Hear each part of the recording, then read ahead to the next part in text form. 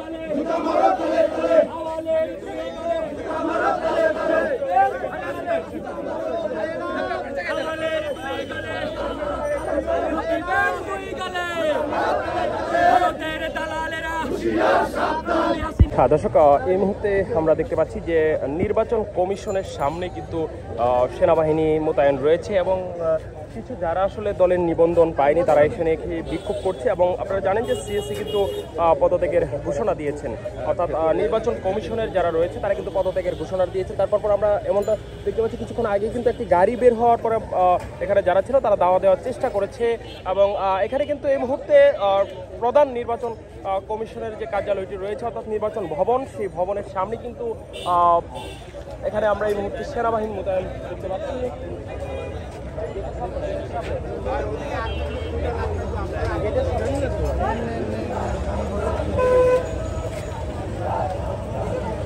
দর্শক, আমরা দেখতে পাচ্ছি বেশ কয়েকজন কিন্তু মিছিল করছে।